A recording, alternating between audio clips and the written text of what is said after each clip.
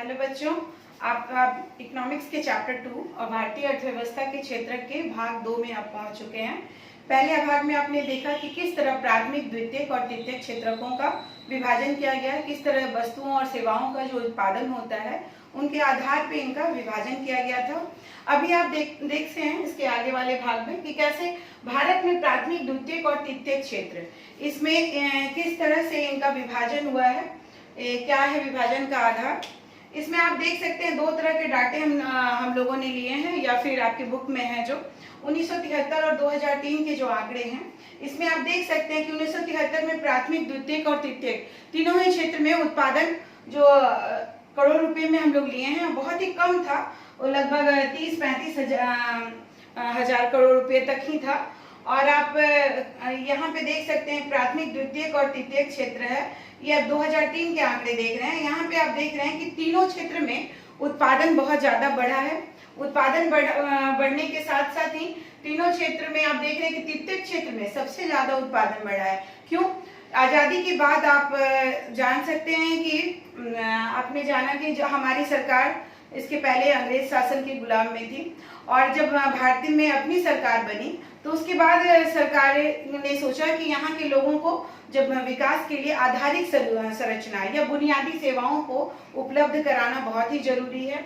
इसलिए बुनियादी सेवाएं जैसे अस्पताल, बैंक, शैक्षणिक संस्थाएं या फिर प्रशासनिक कार्यालय, गांव में ग्राम पंचायत या फिर शहर में जो भी प्रशासनिक कार्यालय होते हैं, परिवहन, थाना, बीमा इत्यादि सेवाएं जो सरकार प्रदान की, इस तरह के क्षेत्रकों का विकास हुआ।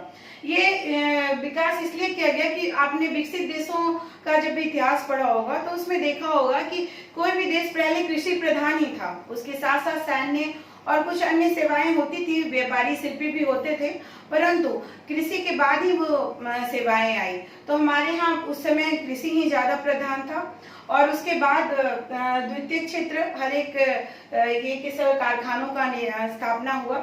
उसमें आप देख सकते हैं कि द्वितीयक और प्राथमिक क्षेत्र के विकास के लिए भी के कारण भी ये तृतीयक क्षेत्र का ज्यादा विकास हुआ। प्राथमिक क्षेत्र में आप फसलों का ज्यादा उत्पादन हुआ जब हरित क्रांति के बाद, या फिर कारखानों में से ज्यादा विनिर्माण होने लग गया, तो फिर तृतीय क्षेत्र का इसमें योगदान बढ़ा। उसके बाद आय बढ़ने से भी तृतीय क्षेत्र में जब आय लोगों की बढ़ने लगी, बैंकिंग सेवा और ये सब सारी सेवाओं से जो आय बढ़ने लगी, तो तृतीय क्षेत्र में एक अलग तरह की सेवाओं की मांग हुई, जैसे रेस्टोरेंट, पर्यटन, होटल व्यवसाय या अनेक तरह के नए नए व्यवसाय लोगों के लिए खुलने लग गए।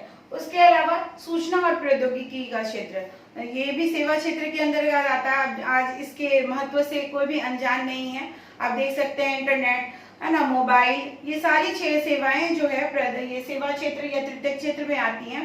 तो इन सब का काफी विकास होने के साथ साथ सेवा या तृतीय क्षेत्र का भी योगदान इसमें बढ़ा।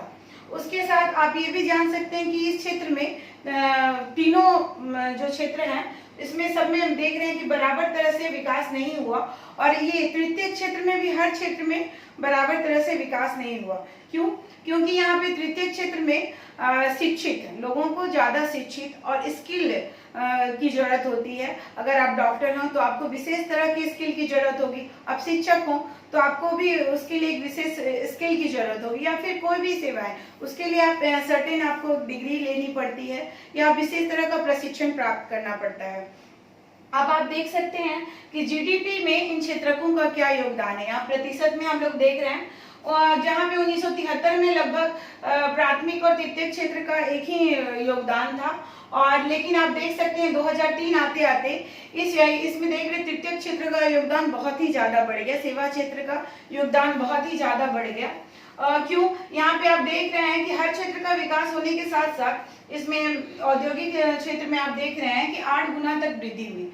लेकिन ये जो है आप रोजगार का भी डाटा देख लें, रोजगार के जो डाटे हैं इसमें देख रहे हैं कि 1973 में प्राथमिक क्षेत्र यानी कि कृषि से आधारित क्षेत्र ज्यादा रोजगार देता था, और वही हाल अभी भी है। अभी भी रोजगार प्रदान करने वाला कौन सा है? प्राथमिक क्षेत्र ही है। यहाँ पे 3/4 लोग रोजगार में यहाँ पे नियुक्त होते हैं, लेकिन जीडीपी में इसका योगदान क्या है?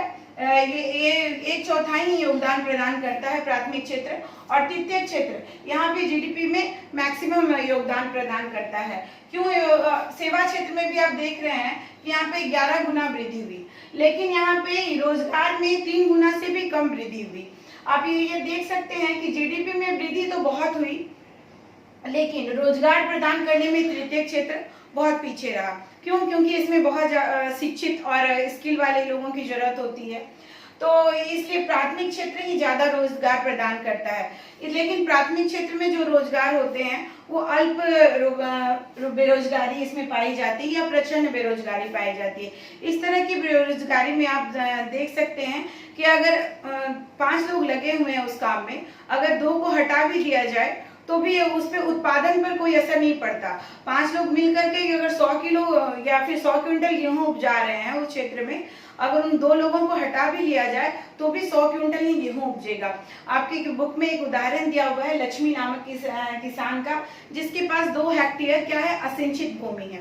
असिंचित भूमि यानी कि सिर्फ बरसात के दिनों में वहां पे सिंचाई होती है और बाकी सारे मौसम में वो सूखा ही रहता है। लेकिन उसके परिवार के 5 लोग उसी भूमि में लगे हुए हैं और उसी भूमि में लगे हुए सालों भर लगे रहते हैं। ऐसा लगता है कि सारे लोगों को रोजगार मिला हुआ है, परंतु वो ऐसा वास्तव में नहीं है। उसी गांव का एक धनी किसान सुखराम उनके 2 परिवार के सदस्यों को, 5 में से 2 परिवार के सदस्यों को क्या करता है, लेकर के अपने खेत में ले जाता है, भाड़े पे उन्हें ले जाता है, जिससे क्या होती है कि उसे अतिरिक्त आय भी मिल जाती है और लक्ष्मी के जो उत्पादन है, खेत के उत्पादन, उस पर भी असर नहीं पड़ता है।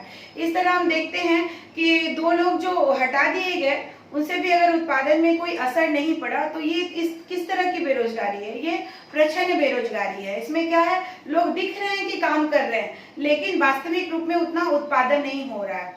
इस तरह की बेरोजगारी सिर्फ कृषि क्षेत्र या प्राथमिक क्षेत्र में ही नहीं पाई जाती, इस तरह की बेरोजगारी सेवा क्षेत्र में भी पाई जाती है।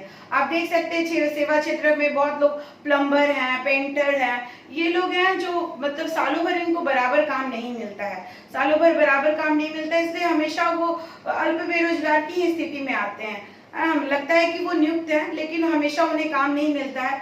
क्यों इस तरह की बेरोजगारी क्यों पाई जाती है? क्योंकि इनके पास काम के अवसर बहुत कम है। काम के अवसर कम होने के कारण अधिकतर लोगों की जो बेरोजगारी है वो अल्प या प्रचंड बेरोजगारी में आती है।